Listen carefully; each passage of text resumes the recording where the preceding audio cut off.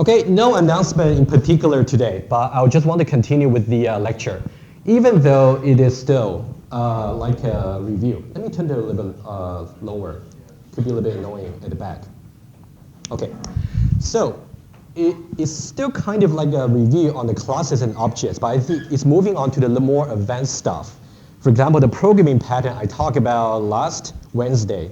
And also, I'm going to talk about static variables, and then we're going to move on to new topics called exceptions. Okay, that's kind of the plan. We'll see how much we can do. Okay. Okay, first of all, let's review what we did last time. Okay, basically, what we did was, in a point collector class, we try to declare an attribute of type point array.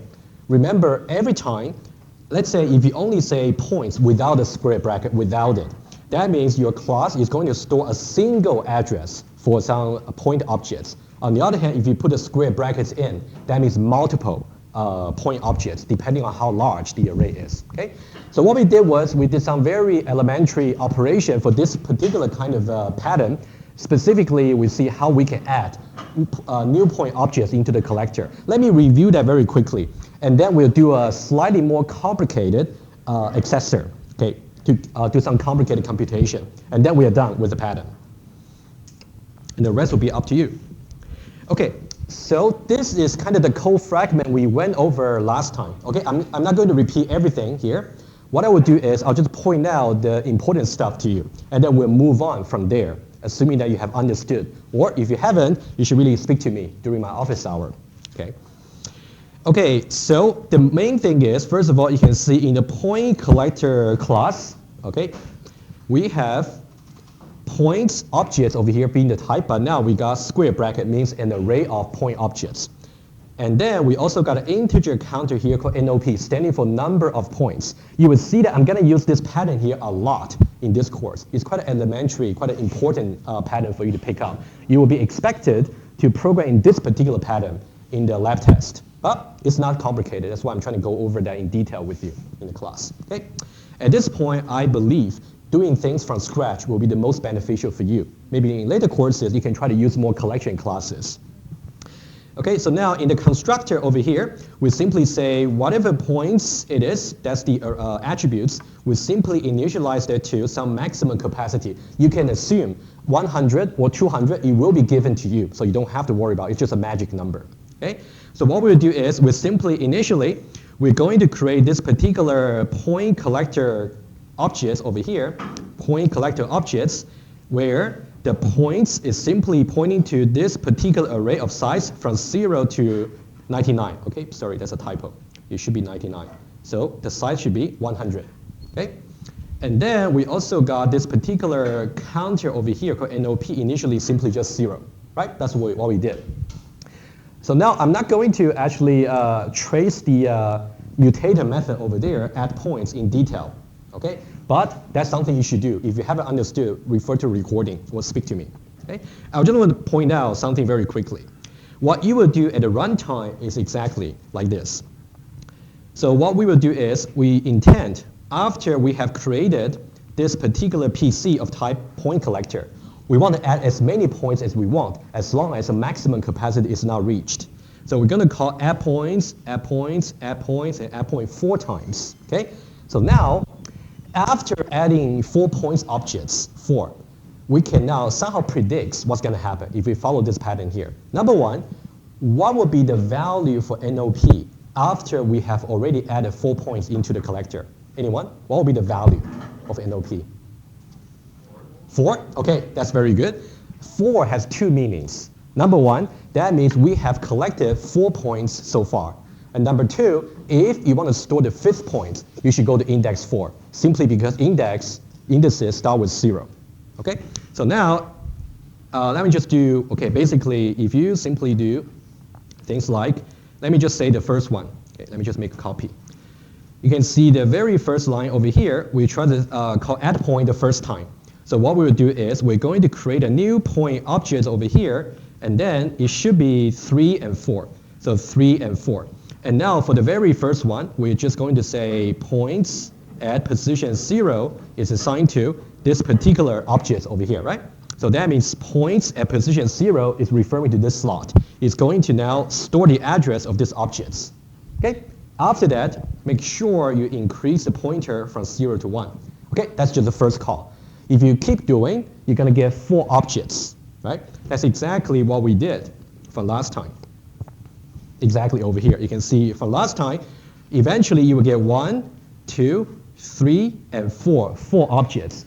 And after that, the final value for NOP, okay, is simply just 4 over here. Sorry, it's a bit messy.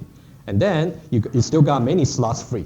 Okay, that's kind of the programming pattern you want to pick up for this course. Guys, any question about this? That's the part 1 for this pattern. We're going to see part 2 today. Any questions for me to disambiguate or to clarify before I go on? Okay. Assuming that you're reasonably comfortable with this pattern over here, what I would do is, let's consider a more advanced accessor method. Before I try to trace the code together with you in detail, let me go over a little bit slides over here. Okay, again, that's the programming pattern over here, right? So that's something I assume you're okay. Okay, up to line number 5, that's what we have got so far. Now let's consider a new method. This new method over here, let's try to read it. First of all, look at line number 6. That tells you this particular method we are trying to implement is an accessor method because it does not return void. It returns an array of points. Okay, that's what it does. And then it takes no parameter. It takes no input. But what is it supposed to do? It says get the points in quotient number 1. Okay, what does that really mean conceptually? Let's try, okay? So now this is what we got from last time, just presented in a much cleaner way, okay? So now we have 1, 2, 3, 4, 4-point objects. Conceptually, 3, 4 is here, 3 minus 4 is here, and then minus 3, 4, and minus 3, minus 4, conceptually, right? So now you learn from your high school math, not even university math. How many points do we have in the first quotients? 1, right? Because we know that whatever that's positive should be there in the first quotients. That's all we know. Of course, I can change the method a little bit to say, can I get all the points in both, either in the first or second quotient? That can be exercise for you. But now let's keep it simple. We only want to find out when we call PC dot get Q1 points. Okay, oh, sorry, let me highlight the right thing. If I say PC.get points in quotient number 1, if I call this particular one, it depends on how the point collector looks so far. At the moment, we got 1, 2, 3, 4. Okay? So now how do we implement that? So that's the issue. Okay? And now there is a requirement over here. How many points you actually have in the first quotients correspond to how large the return array should be. For example, in this case, we only have 1 point in the first quotients. In that case, the return output array should be of size 1 only, just 1. Okay? On the other hand, let's say hypothetically, if I change my point collector a little bit, let's say I also get another one, let's say it's simply 2 and 2, let's say. In this case, the output array should be of size 2. Okay? So that's just want to make it clear. But the method I gave to you, you can play with it. It's going to work correctly in both cases. But let's keep it simple. Okay, I'm going to just go over every line in detail in just a moment. But I want to just give you a very quick walkthrough of the line from the slides, very quickly. Okay, it turns out it reviews many important parts about creating an array and how you can do assignments. Okay, let's do it together. Okay. Question for you. In the beginning of this particular method, right, you can see that in line number 6 tells you that's the start of the method, right? Line number 7 is the first line for the code, okay?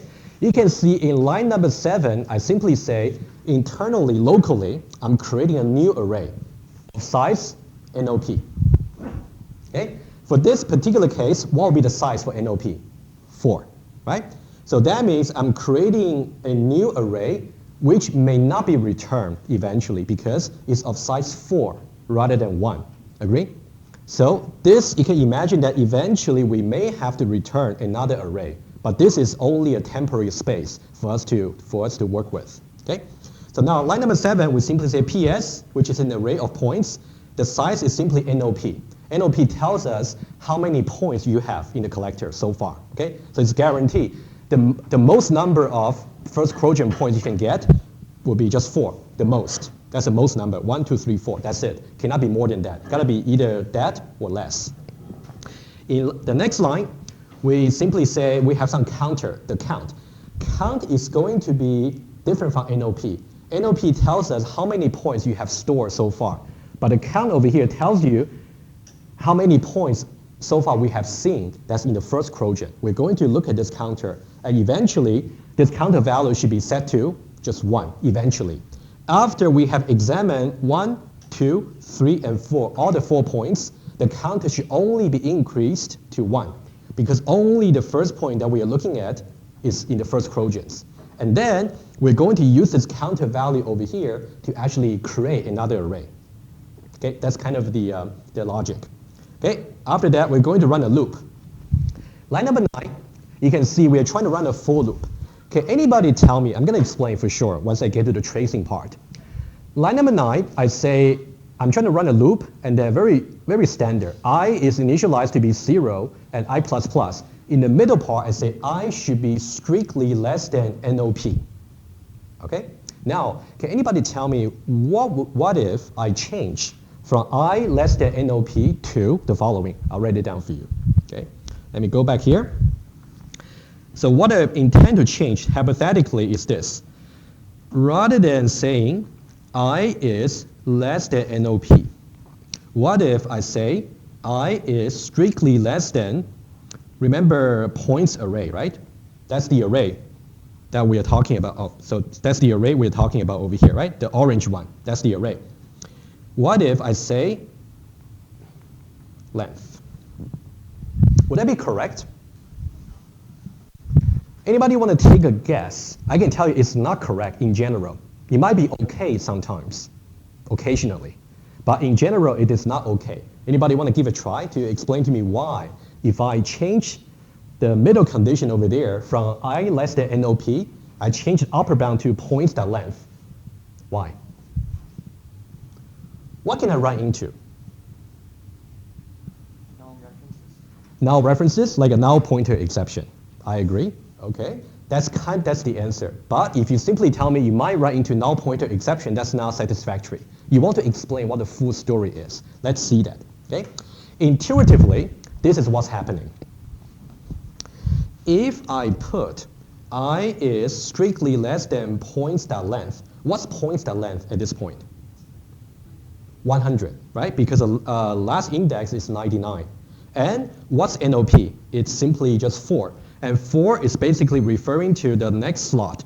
We're basically talking about this is NOP, and this is points.length. Okay, so these are, let me just give you, right a little bit to the left. Okay, so this guy here is basically points.length. So these are 2 pointers, right?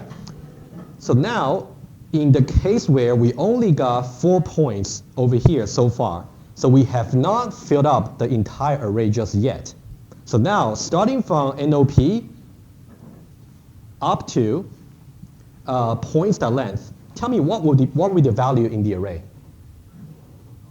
Just simply null, because you can see here that will be null, and the next one will also be null, and all the way to the end, that's also null. If you change the upper bound to simply just over here, that means when you are trying to run this particular body of the for loop, you're actually going to examine null slots. That's not good. So that's why you will run into null pointer exception. It's a very common mistake when you try to use this particular programming pattern. You should not really use the entire length of the array to do the iteration. You should only go up to where the last point was stored. Okay?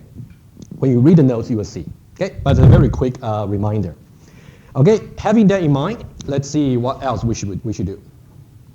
Okay, so basically you can see in the body of the loop, when we are looking at every store points in the collector, we're going to, first of all, get the points, and then we try to, you can see the if statements in line number 11, p dot x larger than 0 and p dot y larger than 0. That's exactly the constraint for being in the first quotient. If it is the case, then we are going to store that particular point. So now remember aliasing. That's why we spend so much time in the review lecture in the past week. Whenever, for example, you can see here, when I'm doing p is assigned to this, you should know visually that what that really means. We'll see that. And then we also incrementing the counter. But in this case, counter will only be incremented just once, because for the very first point that we are looking at, it will satisfy plus plus, right? 3 larger than 0, 4 larger than 0. What about the second one? Is it going to satisfy? No. So we'll bypass that increments. Okay? That goes like that. After that, if you go to point number, line number 12, this is the second array I'm talking about. Because the original array at line number 7 that we created is of size NOP. That's way too large, because the requirements for the method is we want to return the array size corresponding to how many points are actually in the first quotient. In this case, just 1. So that's why we create a new array, just called it Q1 points, let's say. And then the size should just be count. Okay? That's the array we'll eventually return. So now, Q1 points after line number 12, it has only size 1. But agree, it's going to store only non-slot at the moment, right? We haven't done any initialization yet, not yet. So what we should do is, again, we should really try to go over the points array again, and then whenever we see, basically we just go over that, and then we're simply going to assign that to the corresponding slot. Okay, that's basically the trick. So the trick really is you want to understand why line number 12 is really trying to create another array. And that array, Q1 points, is really going to be returned. Okay? That's kind of the idea. Guys, any questions so far? It's only, I'm still talking a little bit higher level. I'm going to trace the code together with you. Okay? Any questions, conceptually? I think this accessor method is complicated, I agree, but that one really challenges you on thinking logically. That's really what I urge you to do. Okay? Okay, if you have some kind of like a 50%, say 60% idea, that's good enough. Let's try to trace the code altogether. Okay? What I would do is, let's try it. So now, let me just erase the code over here. Okay? So now let's see what we can do. And of course, we'll keep the correct version. But keep in mind that you may actually got the wrong version where the upper bound is simply points.length. Okay? Now let's try to trace it quickly. Okay, so now, first of all, if you try to execute the first line, we're simply just going to create PS, which is over here, and then NOP at this moment is of length of value 4. So that means we're creating PS over here.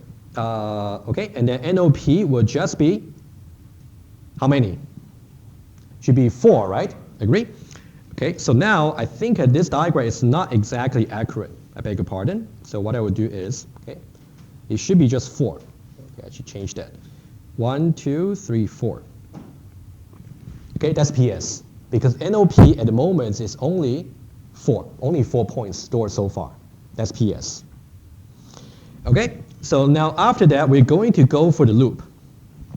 Okay, for the and then NOP is simply just 4. What the initial value for I will simply just be 0. 0 less than 4, so go into the loop. And then the first line in the body of the loop, we are saying that P should be, so we have a local variable P. P should be assigned to the points array at position 0. Agree? Okay, so points at position 0 is, so that's the points array. At position 0 is pointing to this particular point. Agree? So now, what does it really mean when I try to assign this address to P? That means, diagrammatically, P is now going to point to this particular points. Okay, that's what it does. And then, what about the next line? Next line is easy. Is this condition true? When I say P.x is simply 3. P.y will be 4. So 3 here and 4 here. So that will give me true, because we're talking about conjunction, right? So that means I'm going to execute these two statements. Okay? So now, remember, oh, there's one thing I forgot. Initial value for count is simply just 0. I'll put 0 over here. Okay? So now we're going to say PS at position 0 is assigned to P. After that, we're going to say count plus plus. That's what it does. Okay? So now PS at position 0 is exactly over here. And now we say that we're going to copy the address of P into it. So now how do we change the pointer? That means it is now going to point to where P is currently pointing to. That's just for the first iteration. Any question for the very first iteration? Okay, now what's going to happen for second, third, and fourth iteration will be identical, very similar, because they don't belong to the first Trojan. I'll just do one for you. Okay, the rest you can just follow the same logic by yourself. Let me use a different color. Let me use orange. So now after this, and also after I say count plus plus, so count is now going to be 1. So count is actually for the same purpose. Number one, it tells you how many first Trojan points we have identified, just 1.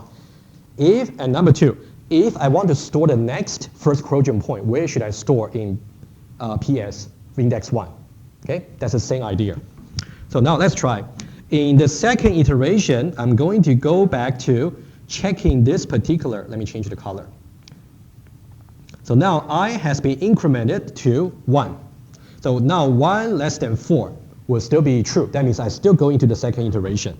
So now if I try the very first line over here, right, I'm going to say point P is assigned to, so that means going to assign to points at position 1.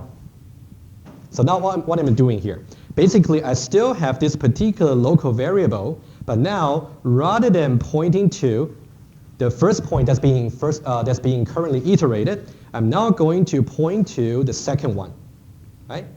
That's what it does. Okay. So now for the second one, it's simply going to be P is assigned to points at position 1. That's what it does. Okay. Now, bear with me. We're almost there. Okay. So now I go to the second line over here and tell me something. P is now pointing to a different points objects, which is here. If I try to evaluate this condition here, is it going to give me true or false? False, because now P.x is going to be -3, okay?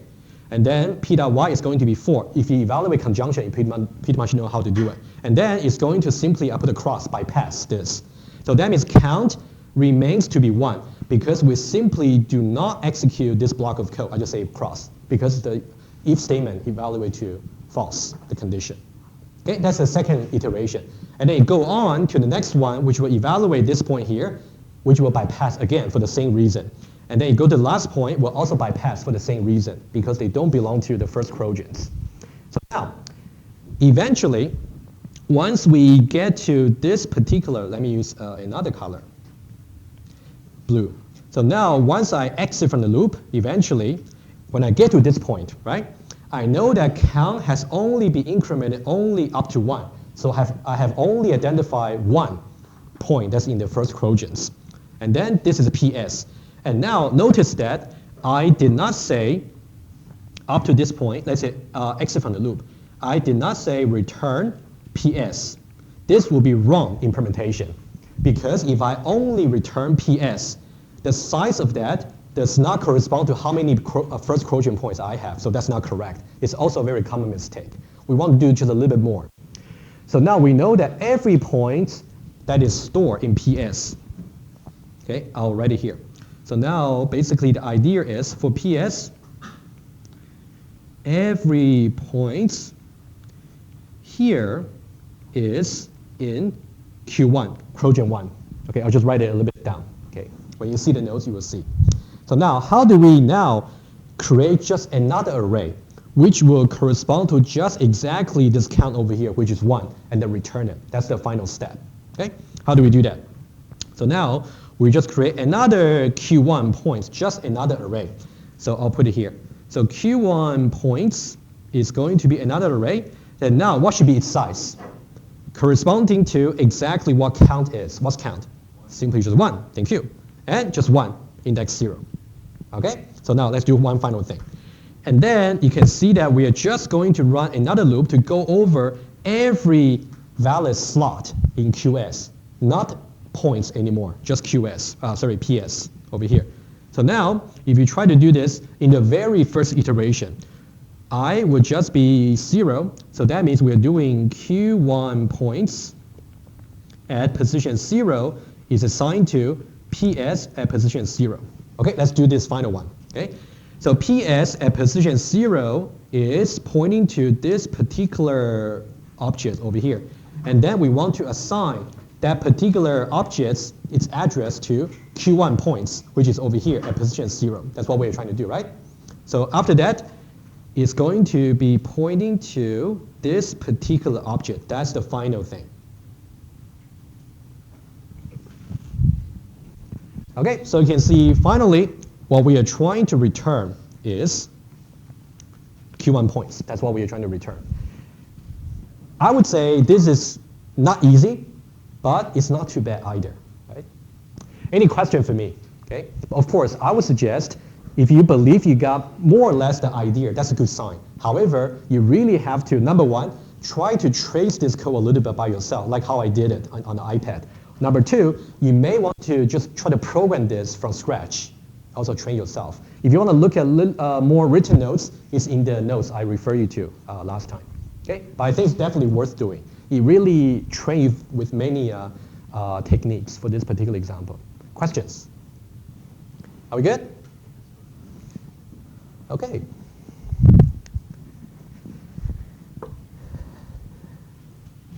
Okay, that's about the programming pattern. Okay. Again, there's a link over here about the point and point collector, the programming pattern. Read the notes and then or talk to me if you got trouble. Okay, so after this, yeah, that's the same tester. Okay, nothing new. Okay, so now after this will be on my agenda. Okay, short circuit. Let's now do something a bit lighter. Okay, but this is also very interesting to see. Okay, I already gave you a little bit of flavor about the short circuit. Let me review very quickly what I said. All you know from 1022 is you got this particular so-called truth table for conjunction. Okay, you should notice that the only way to make conjunction over here or AND true is when both are actually true. That's the only way. As long as one of them is actually false, the result will just be false no matter what. Okay, that's the insight. Okay, so that means if I got P1 and P2, okay, you know what? Not to confuse you too much. Otherwise, you might think P1 and P2 are simply just point, but they are not. Okay, in this case, we are switching example already. Let's say we got B1 and B2. Let's say B1 is a Boolean expression, and B2 is also a Boolean expression. Both of them can be evaluated to either true or false at the runtime. So now, here's the idea, and then we'll use the example to show you.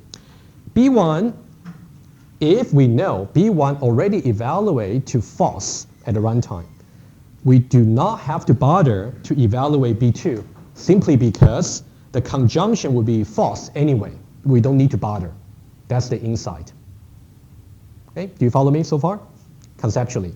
Let me show you right away. Okay, let's try to trace the example, and then I will show you how you can get it wrong.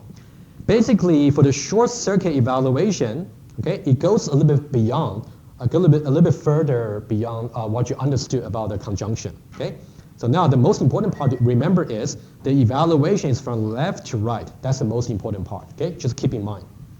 Okay, let's use one example. Okay, let's say we have some program over here. We simply ask the user to enter X.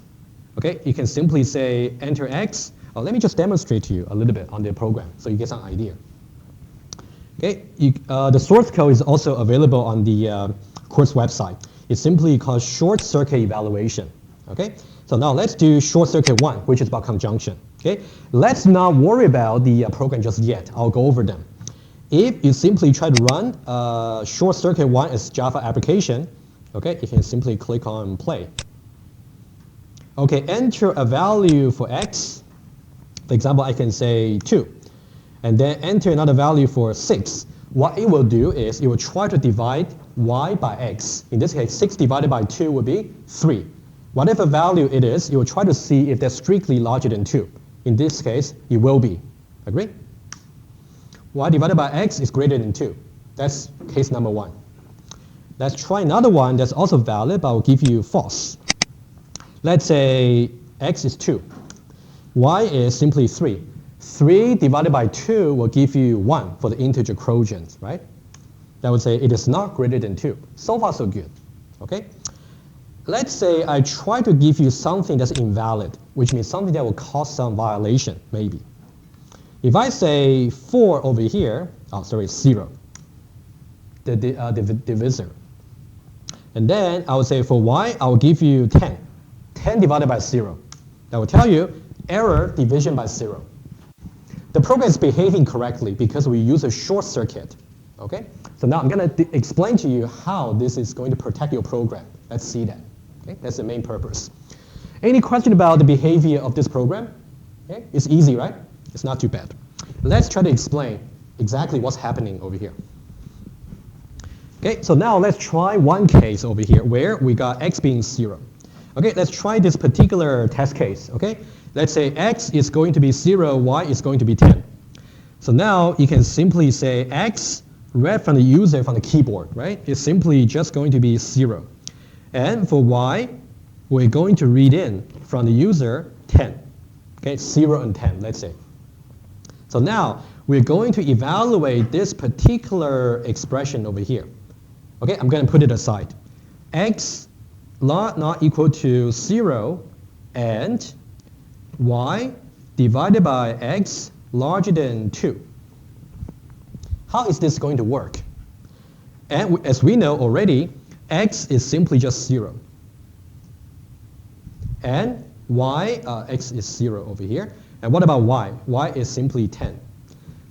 0 not equal to 0, and 10 divided by 0 larger than 2. Conceptually, that's what we are trying to evaluate. But at the runtime, will we ever get to the second part, about 10 divided by 0? Will we? Why not? Well, short circuit, yes. Can you try to explain what short circuit is going to work in this case? Why the short circuit is going to help in this case? Yes. Because it's going to skip the second part of the conjunction. Why would this be good? Why would it skip the second part? Because the only way a conjunction is true if both are true, since the first one is false. Yeah, that's exactly correct. That's how you should answer in the lab test. Right? That's what I'm trying to let you practice. Good. So now over here, you can see that over here, if you look at that, 0 not equal to 0 is apparently false already. So that means this guy is already false. We don't have to bother with this. We don't have to. So I put a cross means we're going to bypass. It's going to save you. Now, that's exactly how things will work. Okay, I'll let you read the rest. Now, knowing that short circuit will work in principle from left to right is really important because, let me go back to the code. Eclipse. Okay, that's exactly what you just see in the iPad. X not equal to 0 and y divided by x larger than 2. What if?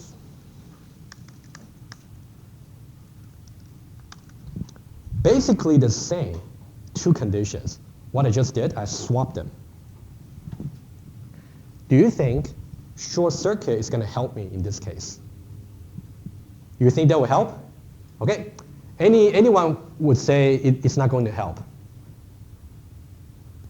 Don't be shy, it's okay. You don't believe that will help? Anybody want to try? Okay, yes, you want to try? So you're saying that changing the order of these two sides is not now going to cause me some trouble. Is that what you're saying? Why would you think so? Let's say the user, me, I'm still going to enter y being 10 and x being 0, let's say. Why would this not help me prevent me from getting error? Short circuit is still there. Yes, want to try? Yes. Yes, go ahead. Well, basically, it'll run into the same problem because it'll get to y it'll get to y equals 0 and then skip it again. So you have to put a new statement at the top instead. Not quite. Y is actually not 0. Y is 10 in this case. Remember, y is 10. X equals x equals 0. So do you think that we might have division by 0 problem? Yes. And we'll end up dividing by 0 first. Yeah, exactly. It's going to divide by 0 first. Let's see exactly how this is going to happen. Okay, let me just tell you again. It's really important to watch this and try to reproduce this experiment yourself. What I just did, this is the working version, where we are trying to do x not equal to 0 first. And this is the version I just tried to experiment it with you, in which case I swapped the order. So now, if I try to run it, in this case, x is 0, y is 10. So now, exception. Okay? So now it tells me what? Basically, arithmetic, exception, division by 0, that's very bad. Okay? We're going to learn about exception today. Okay? Anytime you got exception thrown directly to the console, that's the worst thing you can have. That means whoever is using your code, they're now shocked. Nothing can be continued, right? That's something you want to avoid. Let me just explain this quickly, okay? Because swapping the order is really, really crucial, okay?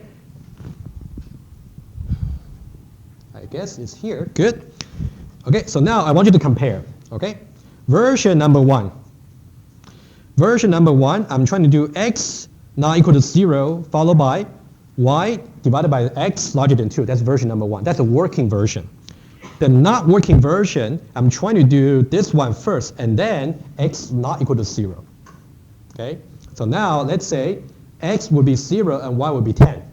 So now, what we intend to do is like this. Y divided by x larger than 2, and x not equal to 0. So now we know that x is simply 0, y is 10, and now x is 0, and, oh, sorry, that'll be it. Okay? So now, is short circuit going to help us? Let's go back to the exercise. The answer is no, because short circuit evaluation goes from left to right. We are still going to evaluate the left-hand side first. Is left-hand side going to tell you either true or false? No, because you're going to get 0 divided, oh, sorry, that's 10. You're going to get 10 divided by 0, which will give you exception right away. You don't even get a chance to see the right-hand side. Are we okay? Okay? Actually, that's something I thought you would learn in 1022, but that's okay. Learn it now, since you are in my class. Okay? Any questions about this? The case for disjunction or will be symmetric. I'll just give you just enough so you can also study that by yourself. And don't think this is obsolete idea. If you program in C# or program in, maybe not C, if you program in C# or even Python, many of the programming languages, if they support logical operations like AND and OR, they all got short circuit because you're dealing with programming languages. Okay? So you always have to remember evaluation is from left to right, and then get in a little bit logical property. Okay? Okay, so now let's have a look. Let's go back to this guy here. Okay, that's about conjunction, right? Now, let's do something very similar to disjunction. Okay, I'll just show you quickly. Okay, so basically the same program structure, but now we're using disjunction to help us. Okay, now I'm going to highlight it to you. Look at this. Look at that. X equals 0 or y divided by x larger than 2. I just try to write the same condition but in a different way because I'm using disjunction, using OR. Okay? I'll just show you very quickly how this can work. Quickly. Let's try the same invalid input, x being 0 and y being 10. Okay? So x 0 from the user, and for y is going to be 10 from the user. Okay, so now we talk about disjunction. Disjunction, remember, you can only get false if both are false. If any one of them is actually turned out to be true, the whole thing will be true anyway. So that's why you got to write your program a little bit differently. Okay, take this as a case study. So now, how do we do that? Let's say we got 0 and 10. So now what we do is x equals 0 or y divided by x larger than 2. Okay? So now we know that x is going to be 0, and then y is 10. Now, is short circuit going to save us from division by 0 in this case? It is. Yes, very good. Because again, evaluation is going to be from left to right. If you do this evaluation first, 0 equals 0 is going to give you true. Remember, for disjunction, as long as one side is already true, you don't have to bother evaluating the right-hand side. Okay, it's going to help us for sure. Now, let me show you a wrong version. What if I got this? I simply swap the order, right? In this case, we still consider x being 0 and y being 10. Y divided by x less than or equal to 2, or x equals 0. Again, y will be 10, and then x will be 0, and x will be 0. Okay? So now, is short circuit going to save us in this time? No, simply because this expression is going to be evaluated first. And for that one, too bad.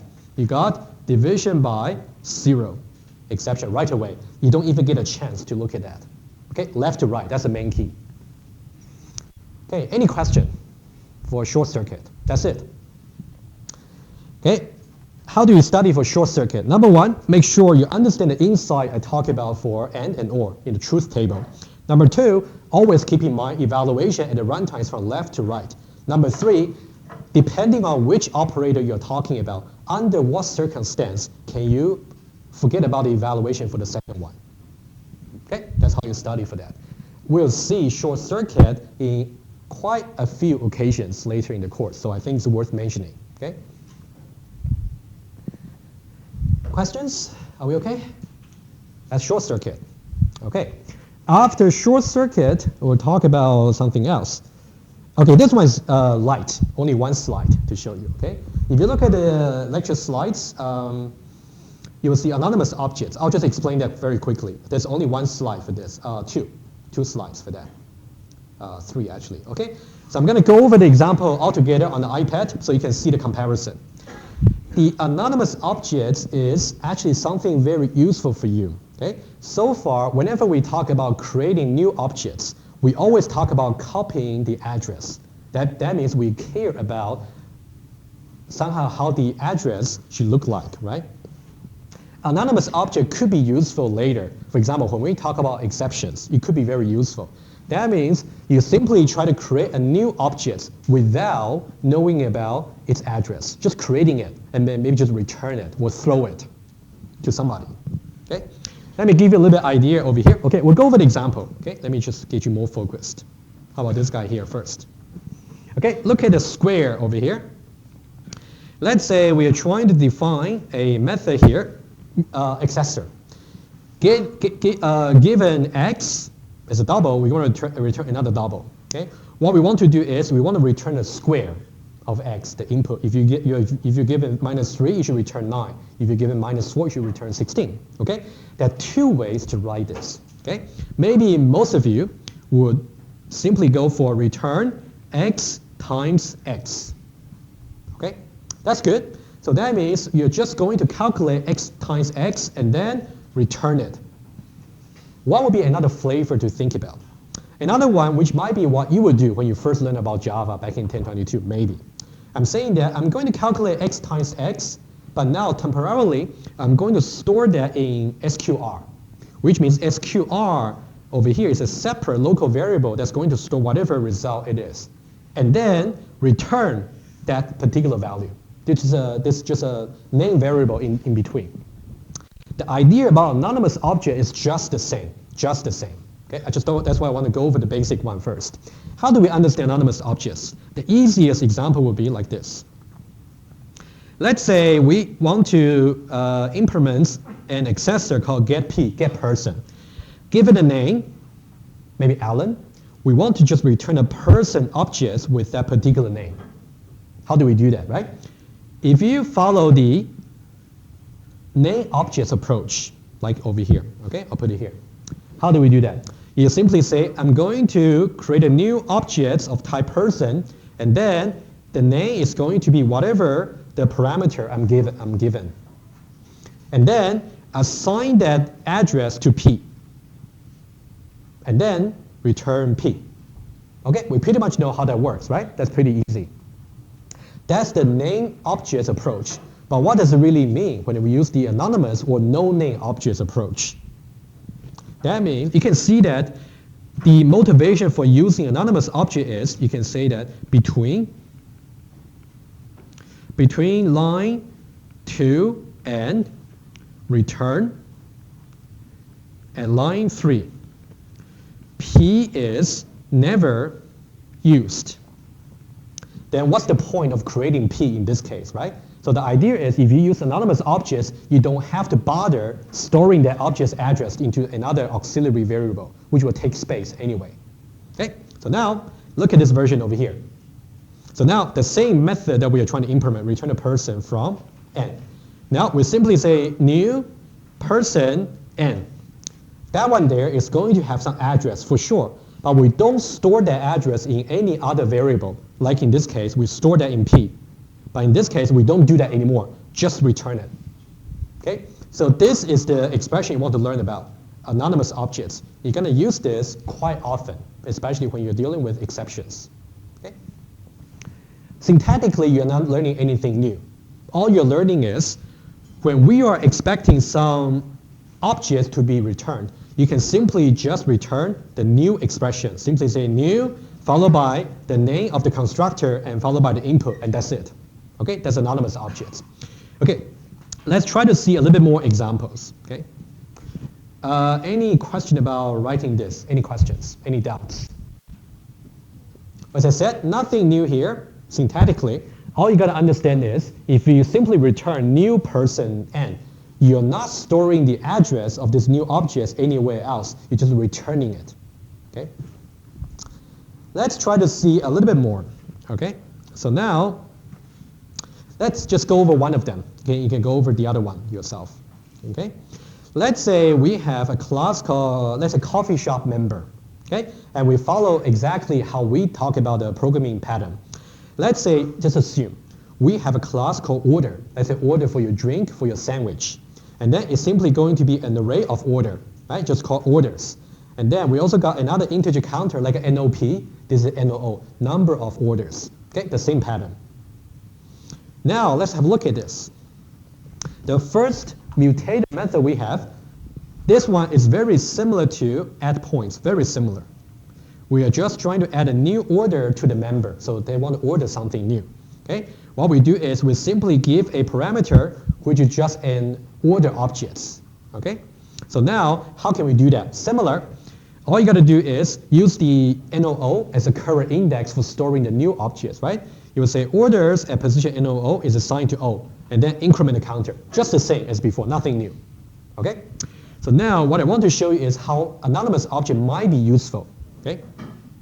Now consider another mutated method over here, another one. Okay? It's returning void. It's also called addOrder. However, the input types are different. Used to be just order, just a single one.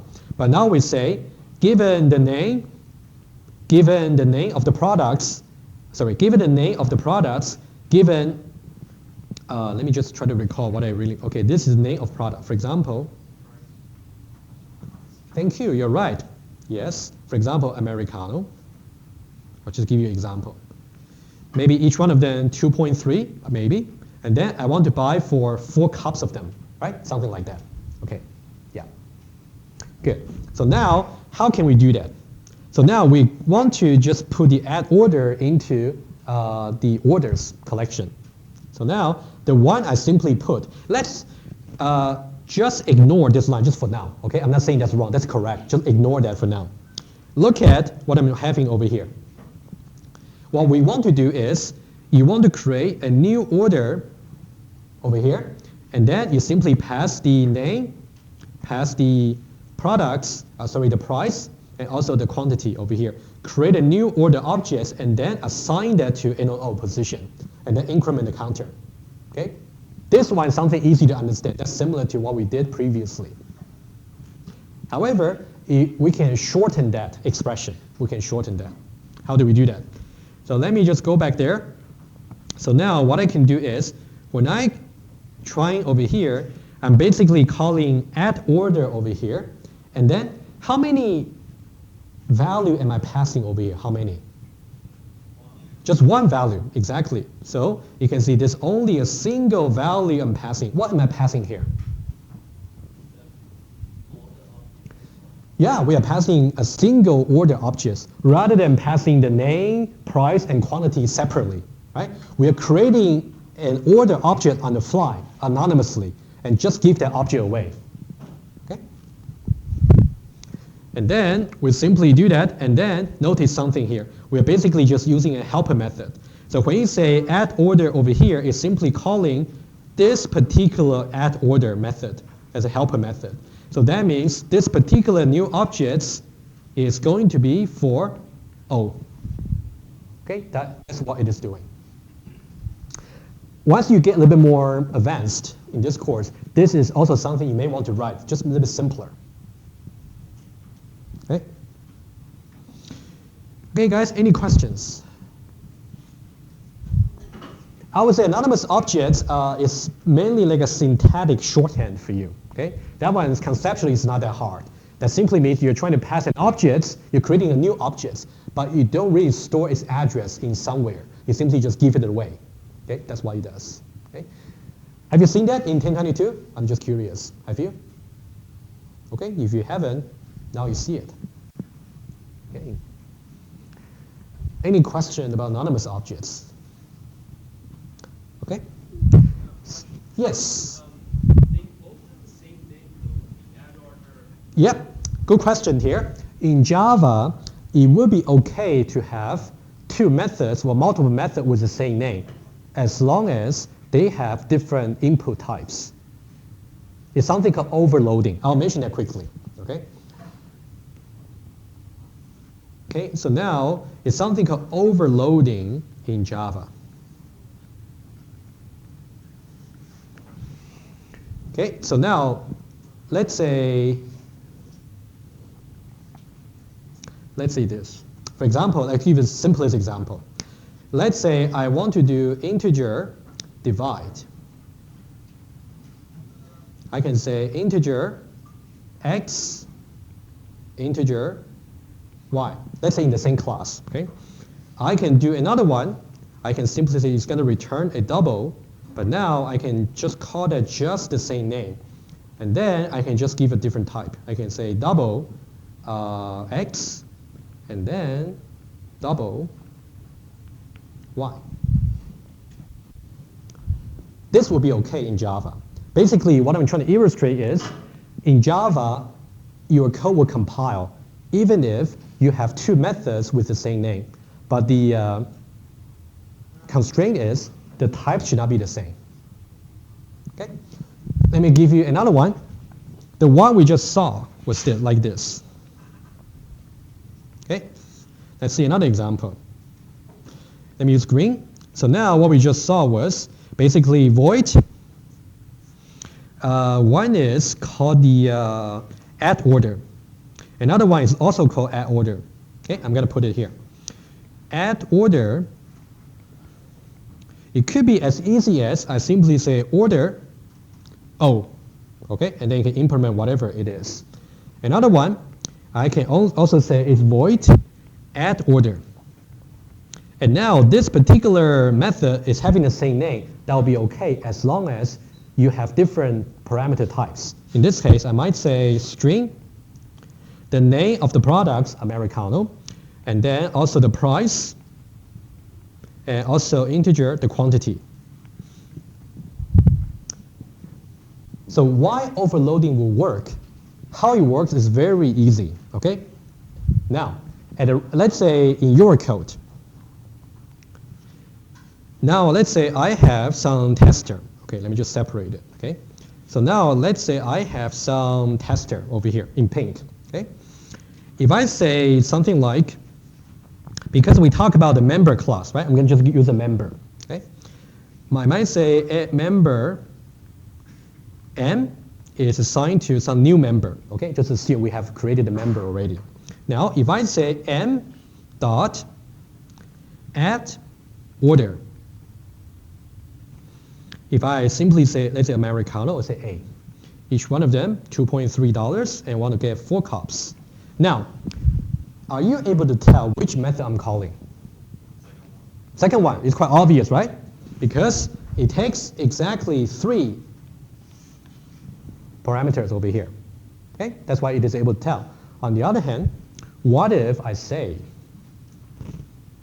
in orange, m dot add order, okay, I just don't have space. I'm going to write in the next line. And then let's now use anonymous objects. New order, and then I'm going to say A, 2.3, and then 4. So now, which one am I calling? Am I calling the first one or second one or none? Why is that the first one? Let's see this. To help you read it, you can see there's a new order A, 2.3, and 4. This is a single value object, anonymous object. I'm passing that as an input, a single input for the add order. That's why I'm calling this one here. Sorry, that's why I'm calling this one here. Okay? Overloading. Okay. I would say that'll be enough just for you to understand overloading. There are some other tricky cases which you don't have to worry just for now. Okay. Questions about overloading? Can they have the same type of different order? Can they have the same type of different order? Okay, that's a tricky thing I was talking about since you asked. No worries. Let's learn it. Let's try. It's a good question. Let's say this. Let me use the add order example. If I say void add order. Okay, so now I used to say string name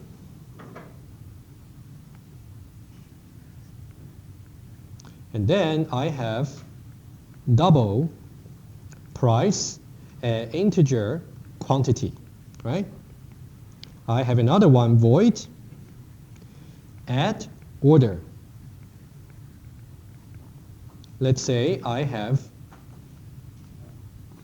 let's say, double price, integer quantity, and also I have string name. Okay, so now let's see. This is not the trickiest one. I'll give you another one. Okay, it's a follow-up. They have the same name, agree? Add order. They have 1, 2, 3 versus 1, 2, 3. Do you think it will be possible for us to tell which version we are calling? In this case, it is, because the first one is already giving you quite a difference. If the first one is telling you a string rather than a double, it cannot be the second version for sure.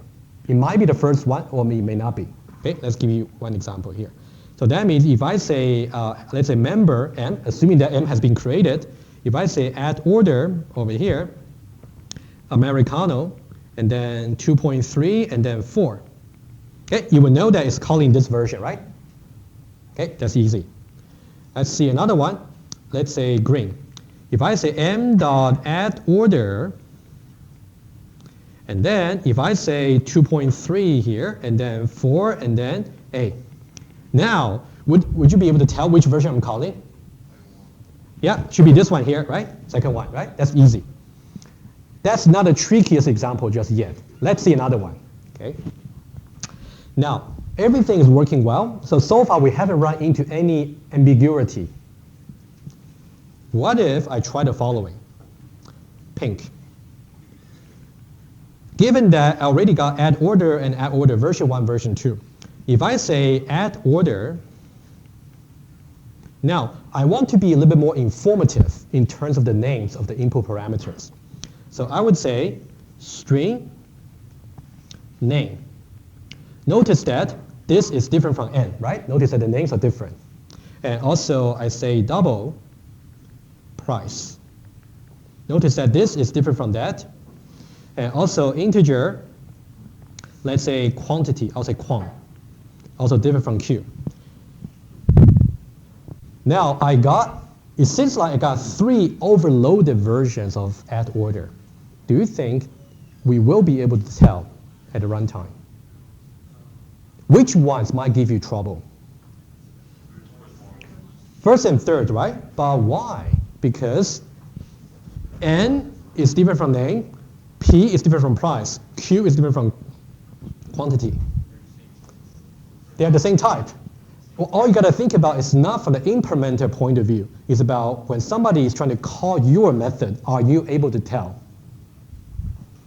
Now, if I simply, let's say with a new version, okay, so now it's going to be a compilation error. In this case, before the pink was introduced, it was okay. But now after the pink was introduced, we're going to get some compilation error because this one here and this one here, these two, they are ambiguous when you try to use it. Because now, if you look at this, oh, sorry, not this one here. If you look at this particular usage, now, can you tell me for the one I just boxed it, am I calling the first version over here? Or am I calling the third version over here? Can you tell? You cannot, because the first one is a string, the second one is a double, and the third one is actually a integer, right? Oh, am I doing that correctly? Yes. Good, correct, yes. So you just cannot tell. Okay, hopefully that answers your question, right? So I would say overloading, don't think it's too tricky. Here's a principle. If you have okay, let me summarize it. Okay, overloading, basically talking about if you have methods with the same name. So now, either one of them must be the case, otherwise you get compilation error. Number one, they have different number of parameters. If number one is satisfied, then you don't have to worry about it because you can simply tell how many input you're given. Number two, if you have the same number of parameters, so that means the types must be different. Okay, that's a principle for overloading. Okay. Yes. What if instead of inputting a double value, I inputted an integer twice in the earlier examples? Yeah, so that one has to do a little bit about how we do promotion and coercion. I would say let's not worry about that case for now. That can confuse everybody a little bit, but I might revisit that a little bit later. Yeah, don't worry about it. I would say for now, if I ever put any question about overloading in the lab test, which I might, since now I covered that already, right? I will follow these two principles. You don't have to worry about the too tricky example, right? For example, if you put integer, can I give a double? If you give double, can I give an integer? That will be a little bit tricky, so I wouldn't worry too much about it. Let's get the basics solid, right? Other things you can pick it up a little bit later beyond this course. Guys, any questions about this? Are we okay? Okay, good. Okay, after this, okay, I'm hoping to at least get to static variables. I can finish static, so I'll cover exception next time. But we got some time. I'll see how much time I got. So now let's talk about static variables. Okay. Basically, if you talk about static variables, you have to talk about the distinction between static versus non-static. Okay, what's the difference between them? Okay, the principle is easy. I'll explain what static really means in just a moment. Okay. By the way, did you guys see any static thing back in 1022? Okay. Oh, let me ask you this before I even talk about it. What's the difference between non-static versus static? Variable, let's say. Now, let's not worry about method, just variable. You don't have to create an instance if it's static. You don't have to create an instance. You just call it with a dot. I agree. So what you just said is absolutely correct. You're saying that if I have a static variable for a class, let's say for person, I don't need to create a person object in order to call the static variable. Attribute requires creation of objects. I agree. Anything else? Syntactically, that's true. But why can you call a static variable without creating an instance of the class? That's the question. Why is that? That's the thing I'm looking for. You're basically talking about the consequence. Now I want to know the cause, right? Guys, do you know that? If you didn't know that, that's good. I'm teaching you something new, right? Anybody want to try, or should I go get to it? Okay, let's get, oh yes. You have to provide all the information. You have to provide, what do you mean you have to provide all the information? Parameters, like have all the information that it needs to do the calculation. No, actually, we're only talking about static variables, right? Just a static, not calling methods. Yes? Ah, very good. So what you just said was all the instances of the same class, they share the same copy of the static variable. Okay, that's exactly right. Okay, but I'm going to illustrate that, don't worry. Okay, so now before I go on with this example here, so basically I will talk about what you should really remember, the principle. I'll go over this example here, do a little bit tracing, and then we'll see how this can be used to do something useful. Okay. Okay, so now let me just insert it before. Okay, okay, that's fine. So now what's really static versus non-static? Okay, static variables, non-static variables, and usually we just call them attributes. Okay? Okay, so now first of all, it belongs to the class.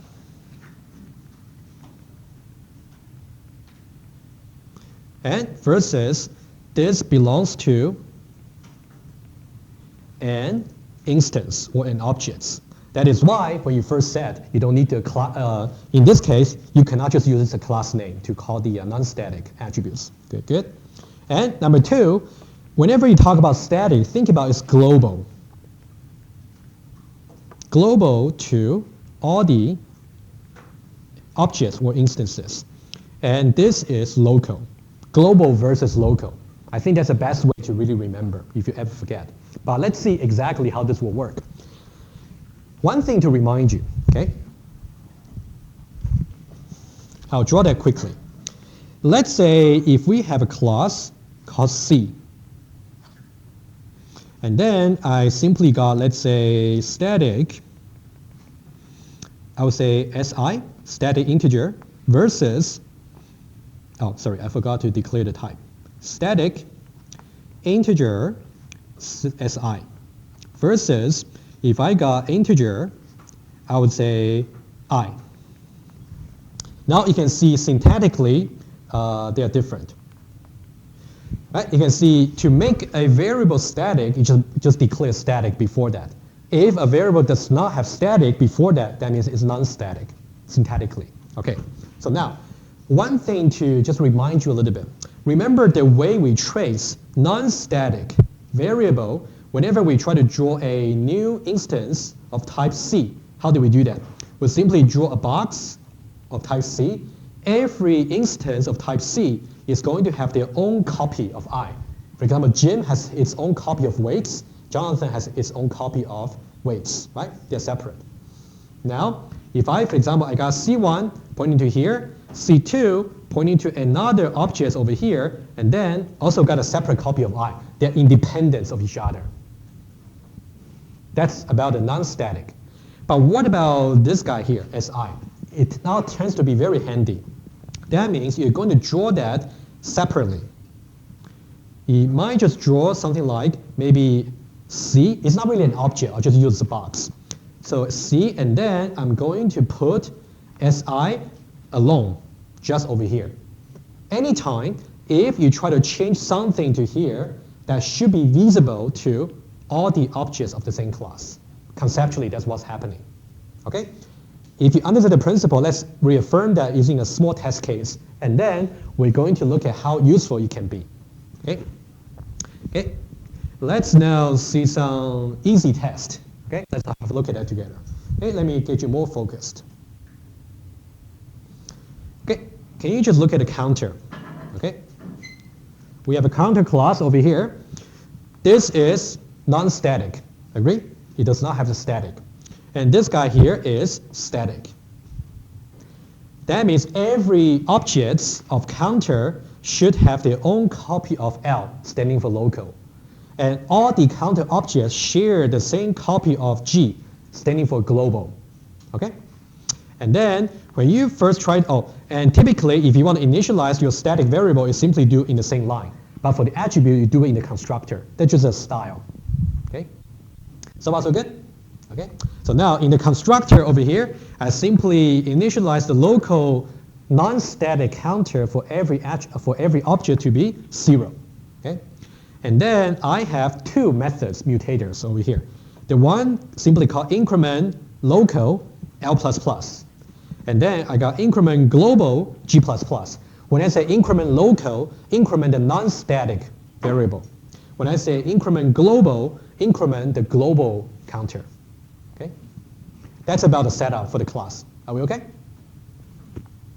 Now, let's look at the test over here. I also made the source code available to you, so you can also play with it. Let's just go over that quickly. Okay, so now I can be a little bit, okay, now I can show both classes for you. So now let's try to trace it. Line number 1, I'm trying to create counter C1. How should a C1 object look like? How many attributes should I include in the object box? 1 or 2? If I want to draw the counter objects over here, right? Now I need to make a decision. Should I draw L and G over here? Or should I draw counter and just L over here? 1 or 2? 2, right? 1, if you draw it like 1, you're going to make a mistake, because if you draw 1, that means G is also local to this object. That's not true. Okay? That's basically what my question is. Okay? Get rid of this. Okay, so now that means C1 is pointing to this particular object over here. Okay? And then remember in the constructor, we simply say L will just be 0. What about the second line? We are trying to create another object here, C2, which is also counter, and then you got L being 0. You can see C1.L and C2.L, even though their initial values are the same, but they're different copies. Okay? And you can also set aside a global box. I'll put it here. This is not an object, just for static variable. So this is G, okay? And its initial value is simply just 0. Okay, I don't have any error because it's not an object, just to set aside some place for us. Okay, so now we got 2 local and 1 global, right? Because we got 2 objects. Now let's try. Syntactically, you can see that first of all, if I want to refer to L over here, okay, let me just tell you where it is. I want to refer to L over here, okay?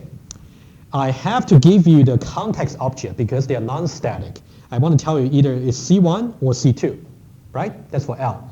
What's C1.L in this case? C1.L, 0. Agree? What's C2.L? Thank you. Just referring to a different copy. Okay, good. So now, how do we refer to the global variable G? Okay, as you just said, you can definitely just simply use the class name counter.g. This will be what people usually do. If you say counter.g, just a class name. Okay, this is just a class name. Okay, you don't have to instantiate an object to call that. In this case, G will just be referring to 0. Alternatively, if you really like, you can also say C1.g and C2.g. But Eclipse will give you a little bit warning. It's not fatal. Your code still compiles. It will simply tell you, in order to get access to the G, which is global, you do not need to create a new object. You don't have to. But if you really use it that way, you will just get warnings. Okay? Warnings. Okay, guys, so far so good? Okay, we haven't done any changes yet. Let's try. So now, if I say C1 dot increment local, right? So now we're calling this method here, and then C1 is the context object, right? So we are basically trying to execute this method here, right? So are we changing something only to C1 or changing something global? C1, right? So C1 L, so to 1. Agree? That's what we have done. So now, after this line over here, we are basically saying C2 the increment local, right? Again, C2 is a context object, so we increment this from 0 to 1. So far, so good. Question for you. After these two lines, if I simply say counter dot G, what would that be? 0. Thank you. Now, let's try this. C1, the increment global. Increment global is simply going to execute this block of code, and for that one there, it's simply just going to say G++, right? So now we are not really updating this counter here. We are not really updating this either. What we are doing is updating this from 0 to 1. Okay? So now, after this, counter.g will just be 1. Agree? Okay. You can see we are trying to increment the global counter from context object C1, but it's going to have some global effects, simply because G was declared to be static, which means global. One more. What about C2, the increment global? You can see now this time the context object is different, C2. Right? So now we are going to execute this block of code again. So it's going to have the effects of incrementing from 1 to 2. Right? Now, if I say counter dot G, it's going to give me 2. Okay, that's the basic principle about static counters. Okay, any questions? Are we okay? Okay, I got about a few minutes left. I think it would be nice to introduce a problem to you, and that's something interesting. Okay, I want to show you. We want to see how we can use static variables. Okay. So now let's see this. Let's say this is an account class over here, and then we have ID. So each account has an integer ID, like your student number. And then each account also has an owner. Every time when you're trying to create a new account, you simply pass the ID explicitly to say what this new account should have the ID for. Okay? For example, you might say, I'm creating a new account, ACC1, and Jim, and the account should be 1. ID should be 1. I have another one, and the account ID should be 2. Apparently, you want to make sure every time when you assign a new ID to a new account object, it must be a new ID. There should be no repetition. Right? ID should not be any duplicates. That's one way to actually manage this particular ID business. However, this is a manual process. Every time you want to create a new account object, you have to think about, oh, what ID numbers have I used so far? I should choose a new one. So anytime you want to do something manually, that's not very good. We want to have a way to actually automatically increment the ID internally at a class level, so that every time when you try to create a new object, it's going to increment for you. So now, what can we use to achieve this? Global value is static.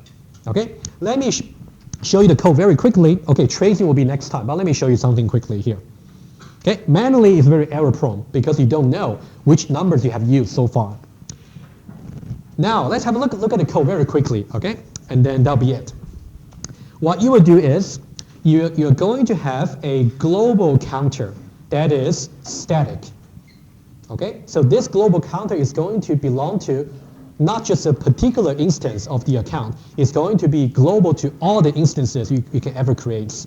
And then the ID for the account still remain to be local. Okay, each object still have its ID. And then we want to see exactly how these things to work together. Now, your little task before Wednesday. Look at this particular class over here, okay, to see, imagine how that works. And we only got maybe about 5 slides left for the static. Okay, look at that, and then we'll go over that quickly on Wednesday, and then we'll move on to exceptions. Okay.